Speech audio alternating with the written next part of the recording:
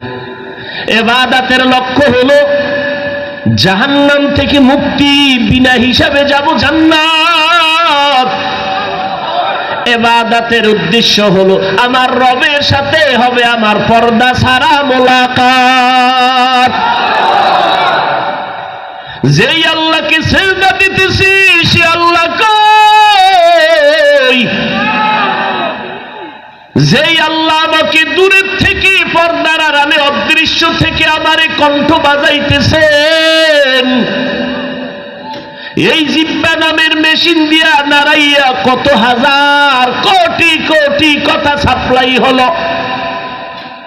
এ কথাগুলো কোন মেশিনে সাপ্লাই দেয়? ওই মেশিনটার তেল কে দেয়, পেট্রোল কে দেয়, অকটেন কে দেয়? ওই মেশিনটাকে ঠান্ডা রাখে।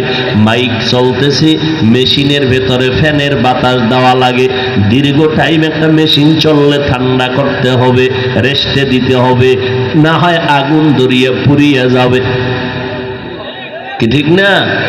প্রত্যেকটা কাজ লাগাতার চলে না। একটু রেস্ট নাও, কিছু দূর হাঁটছো, বসো, একটু আরাম করো। কিন্তু জিহ্বা নামের মেশিনটা তো আজও পর্যন্ত এক সেকেন্ড আরাম নাই। এই জিহ্বা নামের মেশিনটা চলতেছে, কোটি কোটি কথা সাপ্লাই হয়। কোন কথার পরে কোন কথা বলবো আমি নিজেও ডায়েরিতে সাজাইয়াও লেখা নাই। আল্লাহ বের করতেছেন। এই জিহ্বা নামের মেশিনটা চলতেছে শিশুবেলার থেকেই আজও পর্যন্ত চলতেছে। এই গালটা মাঝে মাঝে ব্যথা করে, ঠোঁট ব্যথা করে, কান ব্যথা করে, মাথা ব্যথা করে, চোখ দুইটা ব্যথা করে, দাঁত ব্যথা করে, আজও পর্যন্ত জিহ্বা ব্যথা করে নাই। কথা বলতে বলতে জিহ্বা ব্যথা হয়ে গেছে কারো? এর পেছনে কোনো একজন আছে, তিনি আর কেউ না, তিনি আমার আল্লাহ। এত সুন্দর চেহারা দিয়ে আমাকে বানাইছেন, আমি হাঁটতে পারি, হাঁটার শক্তি দিছেন। দুনিয়াতে যেদিন আসছিলাম দাঁত নাই, দাঁত দিছেন। আম্মু আব্বু বলে ডাকতে পারি না, ডাকার মতো বুলি আমার জবানে আমার আব্বা দেয় না, আম্মা দেয় নাই। কে দিয়েছেন?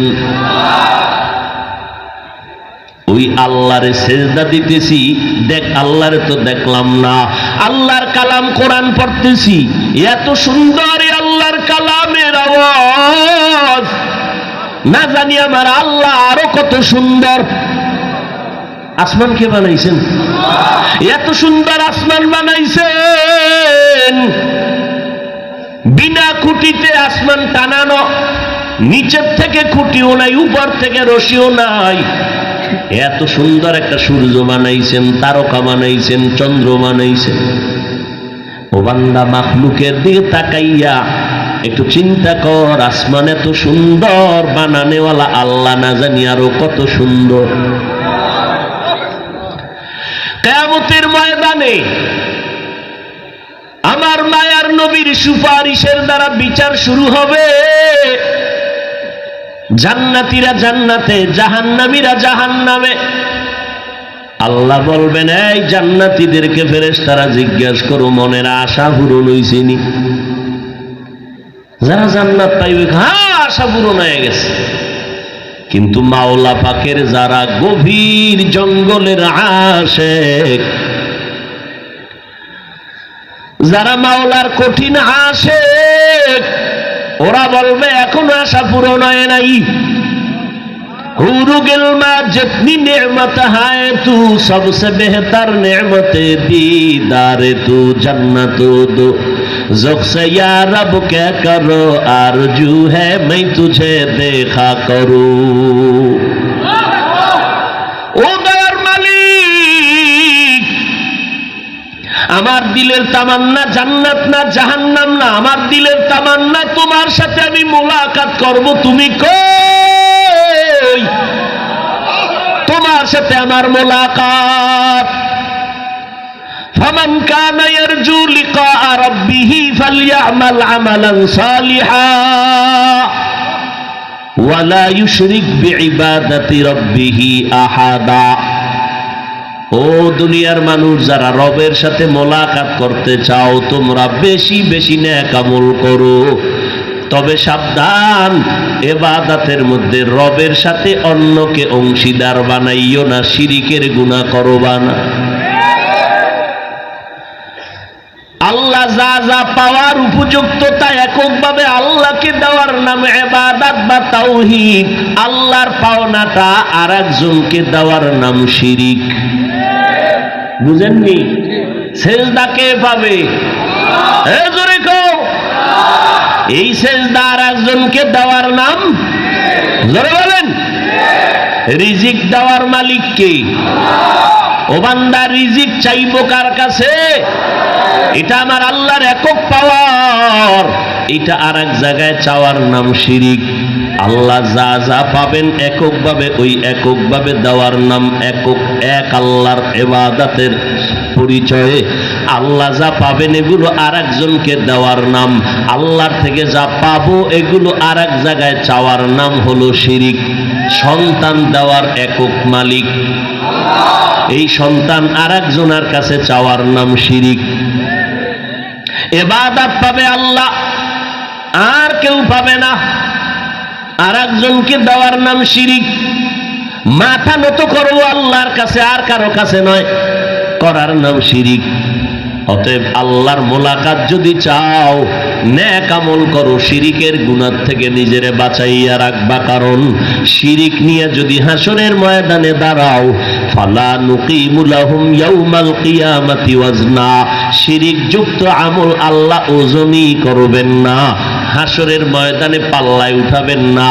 আল্লাহ তাআলা বলেন, শিরিকের গুনাহ করিয়া যদি তওবা না করিয়া মরো, আমি আল্লাহ ঘোষণা দিলাম হাররামা আলাইহিল জান্নাহ, জান্নাত তোমার উপরে হারাম।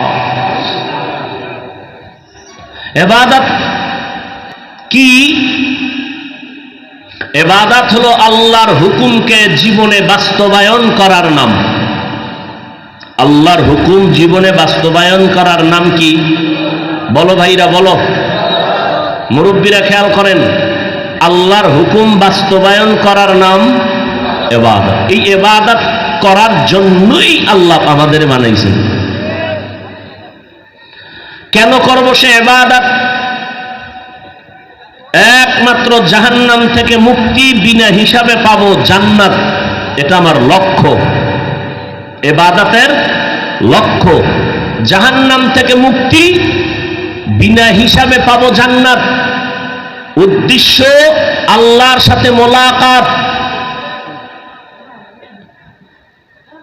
কিভাবে ইবাদত করবেন? একমাত্র মদিনাওয়ালা নবীর তরিকায়। আর কারো তরিকায় কোনো ইবাদত করলেও কবুল হবে না। কেন? দুনিয়ার সব মানুষের আদর্শ, নীতি, নৈতিকতা নাপাক।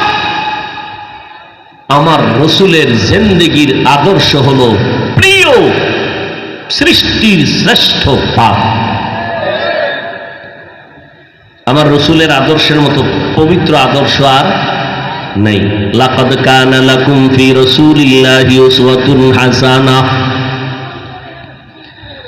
আল্লাহ বলেন, তোমাদের জন্য মুহাম্মদের মধ্যে রয়েছে উত্তম আদর্শ। সারা দুনিয়ার মানুষের থিওরি নাপাক, একমাত্র মদিনাওয়ালা নবীর আদর্শই হলো পাক। দুনিয়ার অন্যদের আদর্শ কেন নাপাক? দুনিয়ার মানুষের মেধা, মস্তিষ্ক, রক্তগুলো নাপাক। ওই মানুষটার দিমাগ নাপাক, চোখ নাপাক গুনার কারণে। আর আমার নবীর আদর্শ এত পাক, আমার নবী 63 বছর হায়াতে জীবনে একটা মিথ্যা কথা বলেন নাই। আমার নবী জীবনে মিথ্যা কথা বলেন নাই, জীবনে চোখ গরম করে তাকান নাই, জীবনে আমার মায়ার নবী কাউকে গালি দেন নাই, গালির জবাবও দেন নাই। শুধু কি তাই, দুনিয়ার সমস্ত মানুষের আদর্শ বারবার পরিবর্তন করে, সংশোধনী আনে। আর আমার আল্লাহ এমন একজনকে নবী বানাইছেন, কিয়ামত পর্যন্ত ওই নবীর আদর্শ দুনিয়ার মানুষ যদি মানো, বিনা হিসেবে জান্নাত পেয়ে যাইবা। ওই নবীর আদর্শ এত সুন্দর, কিয়ামতের আগে কোনোদিন মদিনার আদর্শের সংশোধনী আনতে হবে না। কোন মুনাফিক যদি বলে মুহাম্মদের সেই ১৫০০ বছর আগের আদর্শ একটু পরিবর্তন করা দরকার, ওরে জুতা টানাইয়া দেখায় দাও মুহাম্মদের আদর্শ নয়, তোমার বিবেকটাকে সংশোধন করা দরকার। মুহাম্মদের আদর্শ নয়, তোমার বিবেককে সংশোধন করো। মুহাম্মদের আদর্শ মুহাম্মদের বাপদাদার বানানো নয়। মুহাম্মদুর রাসূলুল্লাহ সাল্লাল্লাহু আলাইহি ওয়াসাল্লামের আদর্শ আল্লাহ নিজে সব কিছু কমপ্লিট করে দিয়েছেন, যেটার কোনো বাড়ানো কমানোর সুযোগ নাই, কমপ্লিটের সিল মেরে দিয়েছেন। আল ইয়াউমা আকমালতু লাকুম দীনাকুম ওয়া আতমামতু আলাইকুম নি'মাতি ওয়া রাদিতু লাকুমুল ইসলাম দীনা। আল্লাহ আল্লাহর দ্বীনকে নবীর মাধ্যমে পূর্ণ করে দিলেন। কিয়ামত পর্যন্ত ওই নবীর আদর্শ নিয়ে জীবনটা চালাবি রে মুমিন। আজকে ১৫০০ বছর পরেও তাকায়া দেখছো এই সিরাজগঞ্জ রোডের পাশে তো মানুষ, বসার জায়গা নাই, দাঁড়ানোর জায়গা নাই। এতগুলো মানুষ যদি দুনিয়ার কোন টাকাওয়ালারা এক জায়গায় জমা করতে চাইতেন, তাহলে আগে আপ ডাউন গাড়ি ভাড়া সহ গাড়ি পাঠানো লাগতো, ঠিক না? এরপরে এখানে বসার জন্য ভিআইপি ব্যবস্থাপনা লাগতো, এরপরে ফাঁকে ফাঁকে নাস্তা দেওয়া লাগতো, না হয় চেয়ারের বাড়ি। এতগুলো মানুষকে নিয়ন্ত্রণের জন্য কত আইন শৃঙ্খলা পুলিশ লাগতো, র্যাব লাগতো, কত বাহিনী লাগতো। অথচ আপনাদেরকে এখানে দাওয়াত দেওয়া হয়েছে, কাউকে জোর করে আনা হয় নাই। পকেটের টাকা দিয়ে আপনারা ভাড়া দিয়ে আসছেন, কেউ পায়ে হেঁটে আসছেন, আবার কেউ টাকা দানও করে দিলেন। বসার বিছানাটাও ভালো না, কেউ দাঁড়ানো কেউ বসা ধুলাবালুর ভেতরে। নিয়ন্ত্রণের জন্য কোনো পুলিশ নাই, আইন শৃঙ্খলা বাহিনী নাই, ফাঁকে ফাঁকে কোনো নাস্তারও কোনো সিস্টেম নাই। এই অবস্থাটা দেখা বহু বিধর্মীরা কালেমা পড়িয়া কয়, দুনিয়ার কোন ধর্মরা এই রকম সুন্দর আয়োজন করতে পারে না নিরাপত্তার ভয়ে, আর মুসলমানের দ্বারা সম্ভব। কারণ এটা আমার মাওলার দয়া, কোরআনের আর নবীর আদর্শের একমাত্র আকর্ষণ। ওগো নবীর উম্মতেরা হয়ে আজি দিশাহারা, কোরআন হাদিসের চলো যখন যাহা চায় মনে, নবী বিনে কে তারাবে ফুলসিরাত মিজানে, নবী বিনে কে তারাবে ফুলসিরাত মিজানে। উম্মতের কান্দারি নবী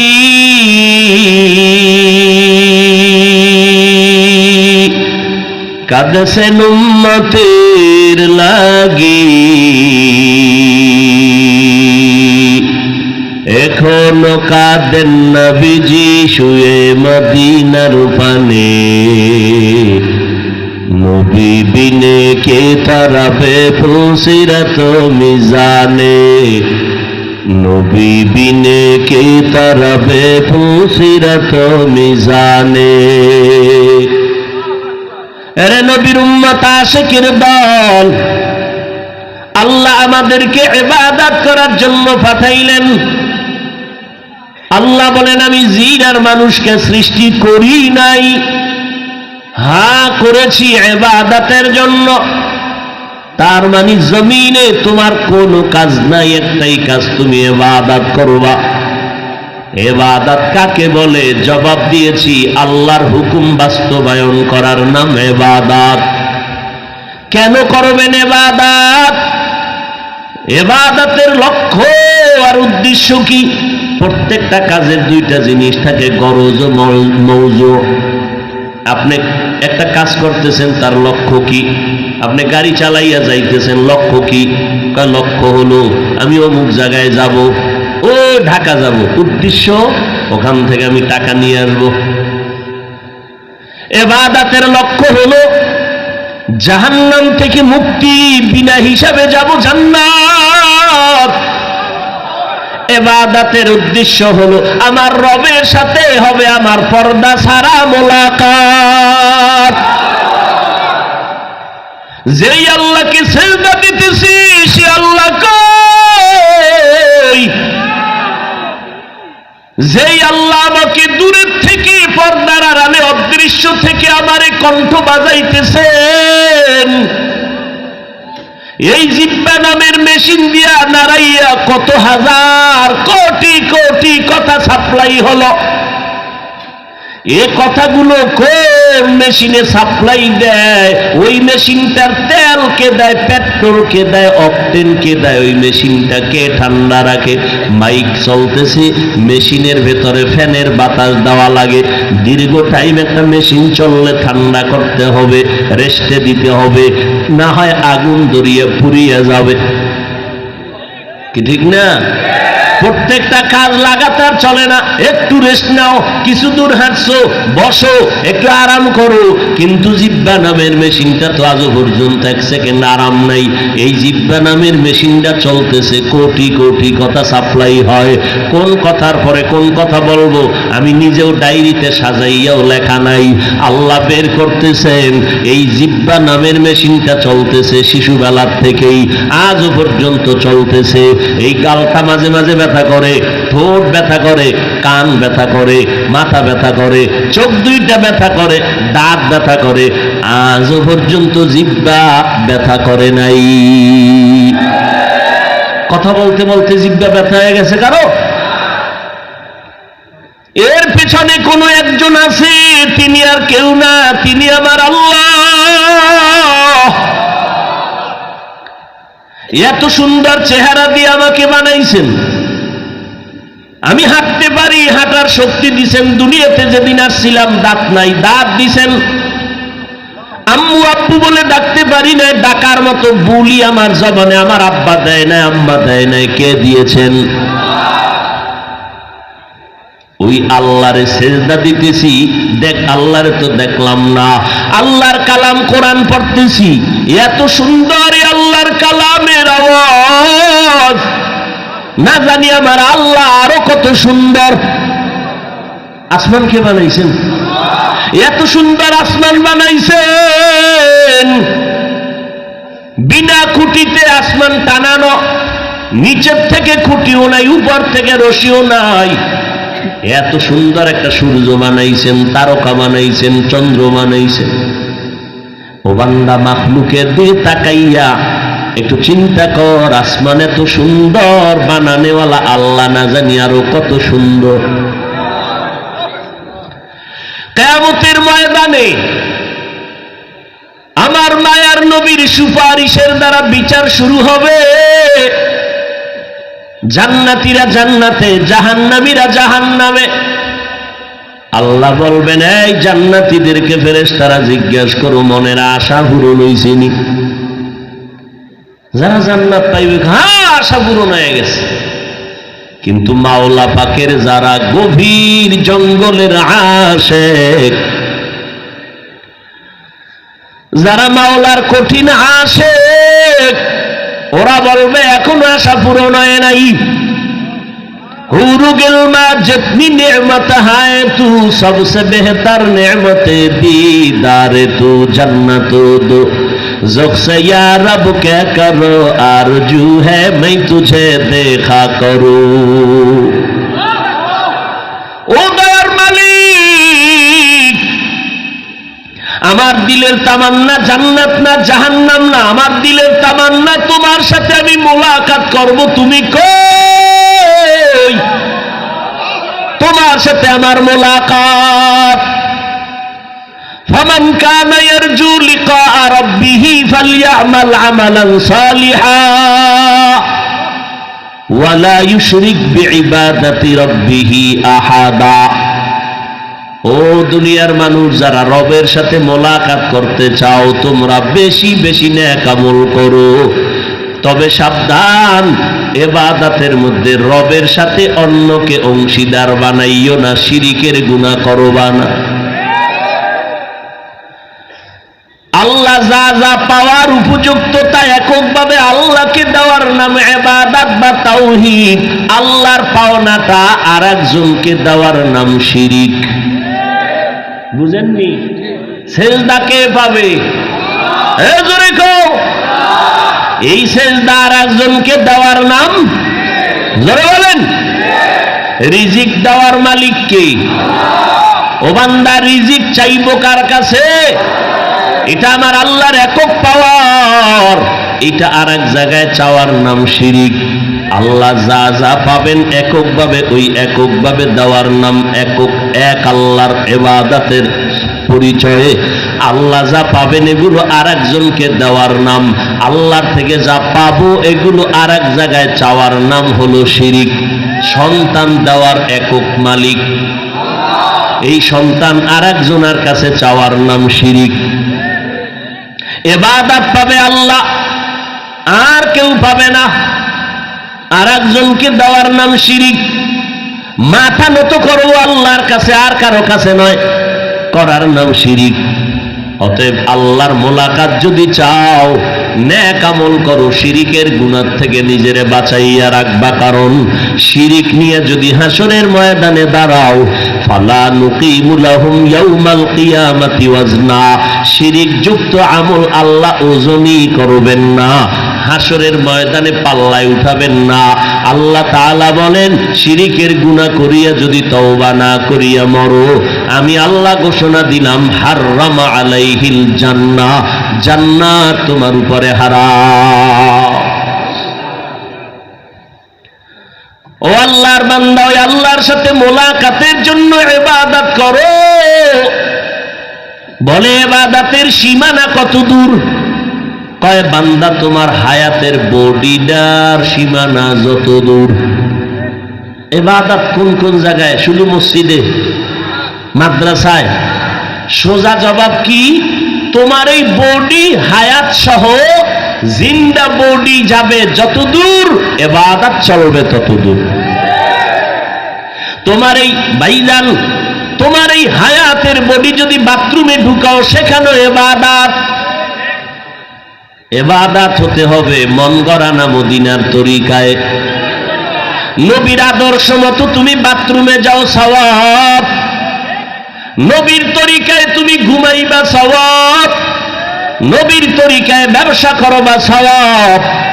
নবীর আদর্শ মতো তুমি চাকরি করো, ইবাদত, সওয়াব। নবীর তরিকা বাদ দিয়া মন গড়া ব্যবসা কেন, নামাজ পড়লেও হবে গুনাহ। মাগরিবের ফরজ নামাজ কয় রাকাত? একজনে 3 রাকাত পড়িয়া ভিতরে বয়ে চিন্তা করে, আরো 2টা সেজদা আল্লাহরে বাড়াইয়া দেই, তাহলে জোর হয়ে যাবে। আল্লাহরেই সেজদা দিল 2টা, আরো 1 রাকাত, 4 রাকাত হয়ে গেল। বেজোর রেখে লাভ কি? 2 সেজদা বাড়াইয়া আরো 1 রাকাত পরে পুরা জোর বানায় দি, 4 রাকাত। কি পরিমাণ সওয়াব হবে? কেন? সে তো কোন পিসাবেরে সেজদা দেয় নাই, গাছেরে দেয় নাই, আগুনরে দেয় না, আল্লাহকেই দিছে, ভক্তি সহকারে দিছে। এরপরও সওয়াব না গুনাহ? কেমন গুনাহ? কয় তোর ওই 1 রাকাত বাদ না পুরাটা বাদ? পুরাটা বাদ। আবার দাঁড়াইয়া কানে ধর, দাঁড়াই আবার কানে ধর। বেদবি করলি কেন? চালাকি করলি কেন? আমার মুহাম্মদের সামনে, আমার রসুলের তরিকার সামনে কারো চালাকি চলবে না। করলি কেন? তোর 4 রাকাত বাদ। দাঁড়া, নতুন করে কানে ধরে তওবা কর। কানে ধইরা এরপর আবার আল্লাহু আকবার বইলা শুরু কর। মুহাম্মদের তরিকা ছাড়া করলে গুনাহ হবে। সেজদা করা বড় দামি এক সম্পদ। ইবলিস সেজদা না করার কারণে ধ্বংস হয়ে গেল। একজনে চিন্তা করে, এই দেখছেন নি বয়ান করি আমি চাইয়া রয়েছে মোবাইলের দিকে। আফসোস কি করতে লইছে এই সব, এই মোবাইল এক গজবের নাম, ধ্বংস করে ফেললো জীবন যৌবন লেখাপড়া শরীর সব শেষ। এই যে আমি তোমাদেরকে রেকর্ড করতে নিষেধ করি, তোমরা এরপর ওই ডিস্টার্বগুলো করো, বাধা দিলে ওই একটু আওয়াজ দিব আবার 10 জনে দিবে, এই জন্য চুপচাপ থাকি, যেহেতু সময় কম, চলে যেতে হবে বহুদূর। তোমাদেরকে তো নিষেধ করা যে কেউ রেকর্ড করবা না আমার বয়ান। হ্যাঁ, আমি যাদেরকে অনুমোদন দিয়েছি, আমার দেওয়া কার্ড আছে, আমার হাতের দস্তখত দেওয়া আছে, আমার শরীরের পোশাকের মতো তার গায়ে পোশাক আছে, শুধু এরা আমার বয়ান রেকর্ড করবে আর কেউ না। উঠে দিলে কইবে হাফিজ সাহেবের মেজাজ খুব গরম, অহংকার, চুপচাপ রয়েছে। হায় হায় হায়, ইবলিস সিজদা না করার কারণে কি ধ্বংস হয়ে গেল না? এই চিন্তা করে একা আসে কে জানা যায় দাঁড়াইয়া সিজদায় গেছে, বুঝেন না? ইবলিস সিজদা না করে জাহান্নামে গেল, আমি সিজদা না করে যাবো? জানাজার মধ্যে হেও সিজদা দিয়ে হয়েছে, কি পরিমাণ সওয়াব হবে বলেন? বলেন কেন গুনাহ হবে? সিজদা দিছে আল্লাহকে আর কাউকে দেয়নি, এরপরও গুনাহ হবে কিনা? হবে। কেন হবে বলেন? নবীজির তরিকায় নাই। ভালো করে মনে রাখবেন, কোন পণ্ডিতির কাজ হবে না, মদিনার তরিকা রসুলের তরিকা ছাড়া আর কোন তরিকায় সফলতা নাই। এবং নবীর তরিকা এমন পাওয়ারফুল, পারফেক্ট, কিয়ামতের আগে কোনো সংশোধনী লাগবে না। যদি কেউ বলে ১৫০০ বছরের ওগুলো কি এখন মেনে চলা যায়, একটু মডিফাই করা দরকার, ওরে কানে ধরে বলবেন তোর জিন্দেগি, তোর বিবেক সব শুদ্ধ, তোকে মোটিভেট করতে হবে,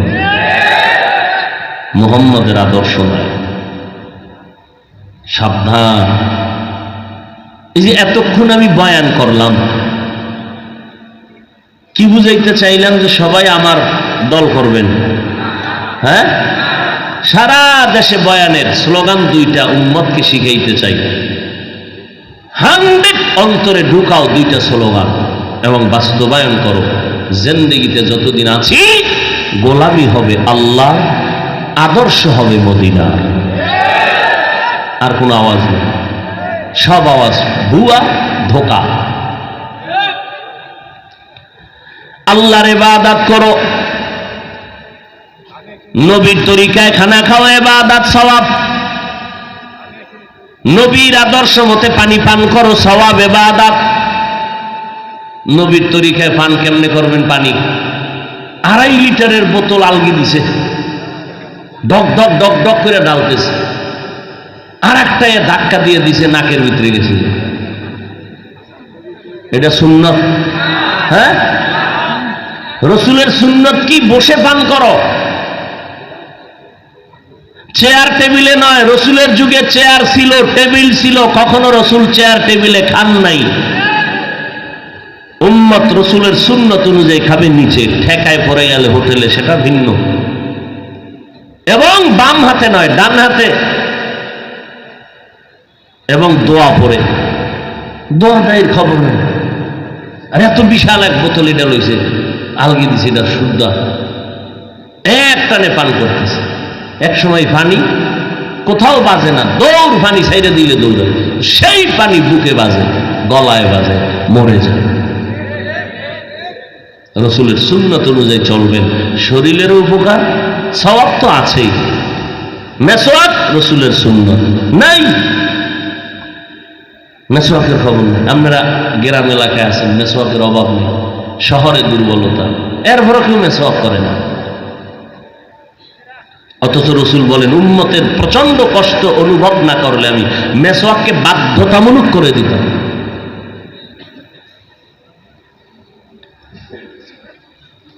আল্লাহ আল্লাহর নবীর তরিকা আপনি যা করবেন ইবাদত, খানা খাবেন ইবাদত, ঘুমাইবেন ইবাদত, 5 বেলার নামাজ পড়বেন, মা বাবার সম্মান খেদমত করে দোয়া নিবেন, ওলামায়ে কেরামের পরামর্শ নিয়ে চলবেন, 5 বেলার নামাজ পড়বেন, স্কুলে পড়েন, কলেজে পড়েন, চাকরি করেন, ব্যবসা করেন, বাধা নাই। আল্লাহ এমন ভাবে ইবাদতের লাইন দিয়েছেন যাতে আপনার ব্যবসাও যেন ক্ষতি না হয়, চাকরিরও ক্ষতি না হয়, লেখাপড়ার ক্ষতি না হয়। ফজরে নামাজ পড়বেন, ওই সময় ব্যবসা চলেন, সারাটা রাত মোবাইলে আকাম করবেন আর ফজর বাদ দিয়ে ঘুমাইবেন, এই দোষ কি আল্লাহর? ফজরের নামাজ পড়ে আবার ঘুমাও, 8টার সময় যাও তুমি ফ্রেশ হইয়া দোকানে যাও, আবার জহুরের সময় খাইতে আসো, আবার 10 রাকাত নামাজ পড়ো জহুরের, 20 মিনিট সময় লাগবে না, আবার দোকানে যাও রেস্ট নিয়ে, কাইলুলা করে খাইয়ে লইয়া, আবার আসর একটু রেস্ট নাও, 4 রাকাত নামাজ পড়ে ফেলো, আবার তুমি তোমার কাজে যাও, আবার মাগরিবের 5 রাকাত সময়, 20 মিনিট সময় বেশি লাগবে না, পড়ো, আবার এশার 9 রাকাত পড়ো, 4 রাকাত ফরজ, 2 রাকাত সুন্নাত, 3 রাকাত বিতির, এই 9 রাকাত পড়ে বাসায় যাও, মাইয়া ফলারে সময় দাও, স্ত্রীকে সময় দাও, এরপরে আরামে ঘুমাও, ফজরে উঠে আবার নামাজ পড়ো। নবী কয় এই ঘুমটাও ইবাদত হয়ে যায়। ওয়ামা খালাকতুল জিন্না ওয়াল ইনসা ইল্লা লিয়াবুদুন, ইবাদতের জন্য আল্লাহ আমাদের বানাইছেন। অতএব এখনো যারা অন্যায়ের পথে আছো, আল্লাহর কাছে তওবা করে নেওয়ার, নামাজ ছাড়বা না, বেপরদায় চলবা না, মা বাবাকে কষ্ট দিবা না, ওলামায়ে কেরামের বিরুদ্ধাচরণ করে গুনাহগার হবা না, নিজের দোষের খবর নাও, নিজের হিসাবটা তাড়াতাড়ি মিলাও, অন্যের সমালোচনায় পড়ে গেলে নিজের হিসাব মিলানের সময় পাবা না, এর মধ্যে আজরাইল এসে হাজির হয়ে যাবে। ও যুবক, তোমার মতো কত যুবক গাড়ি চালায়, 5 বেলার নামাজি আছে না নাই? তুমি কেন পারবা না রে বাবা? নবীর সুন্নতের মালা গলায় লাগাও, ওলামায়ে কেরামের দোয়া নাও, পরামর্শ নিয়ে আমল করো, আল্লাহর কোরআনটা সহি শুদ্ধভাবে শিখো, লেখাপড়া শিখো। ফজরের নামাজের পরে না হয় এশার পরে 1 ঘন্টা সময় আল্লাহর কোরআনের তেলাওয়াত শিখো, জবানকে কন্ট্রোল করো, নবীর সুন্নতের মালা গলায় লাগায় চলো, মা বাবার দোয়া নিয়ে চলবা, আল্লাহ তাআলা তোমার রাস্তায়, দিনের রাস্তায় চলা আসান করে দিবেন। আল্লাহ পাক রব্বুল আলামিনের কাছে যদি এখনো পারো না রে বাবা, পেছনের অপরাধ থেকে আল্লাহ তওবার দরজা খুলে রাখছেন, তওবা করো, জীবনে আর গুনার কাছেও যাইবা না। আল্লাহ বলে যদি খাঁটি অন্তরে তওবা করতে পারো, 1 দিন আর 2 দিন না, আমি আল্লাহ তোমার জীবনের সব গুনাহগুলো মাফ করে দিব। আজকে থেকে তওবা করে না, আর বলো আল্লাহকেও দয়ার মালিক, জীবনে বহু অন্যায় করেছি, গুনাহ করেছি, আমার অন্যায়ের খবর আমার মা বাবা ভাই বোনেরা কেউ জানে না, আল্লাহ আপনি জানেন, আজকে থেকে তওবা করে নিলাম, নামাজ ছাড়বো না, বেপরদায় চলবো না, মা বাবারে কষ্ট দিব না, নবীর তরিকার বাহিরে চলবো না। ও আল্লাহ, দ্বীনের উপরে মজবুত হইয়া চলতে চাই। তওবা করার যদি এখনো বান্দা খাঁটিভাবে নিয়ত করতে পারো, আল্লাহ তোমার জীবনের গুনাহগুলো মাফ করে দিবেন। আল্লাহর কাছে মনে মনে দুর্বলতা প্রকাশ করো, আর আল্লাহকে বলতে থাকো, দেখবা তওবার দরজা খুলে যাবে, আল্লাহর মহব্বত অন্তরে আসবে, নামাজ রোজা ইবাদত করতে তোমার অনেক আরাম আসবে। আল্লাহ আমাদের সবাইকে তওবাওয়ালা জিন্দেগি দান করেন, আমাদের তওবার উপরে মজবুত হইয়া নবীর তরিকা মতে আল্লাহকে রাজি করিয়া চলার, ওলামায়ে কেরামদের পরামর্শ নিয়ে চলার মতো তৌফিক দান করেন, আমিন।